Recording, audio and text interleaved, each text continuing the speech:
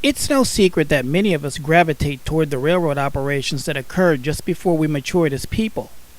It's in part why the heritage units of the Norfolk Southern have been so popular among us rail fans.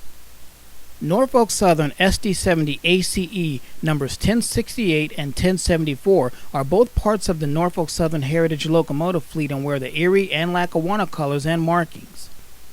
NS also repainted the SD45-2 number 1700 in its original Erie Lackawanna colors, and closer to home, the DL has 2X Alco Sentries painted in a scheme reminiscent of their original Erie Lackawanna heritage. The Erie Lackawanna happened on October 17, 1960, and was the result of the merger between the Erie Railroad and the Delaware Lackawanna and Western.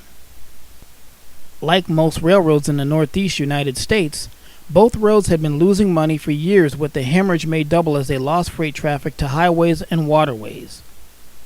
Also, like most railroads in the Northeast, another factor hindering the two carriers were the effects of accumulated debt, and in the case of the neighboring C&J and Lehigh Valley in the New York City region, money-losing commuter train operations.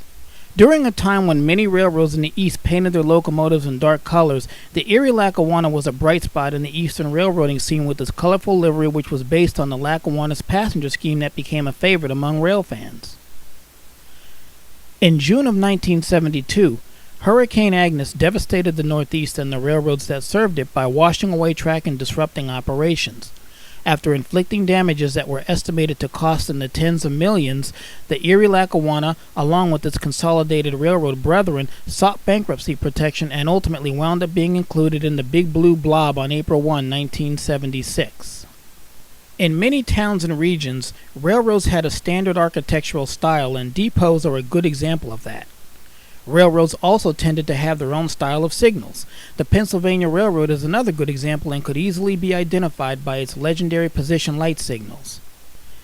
As is often the case, when a railroad line is abandoned, most of the infrastructure is removed with it.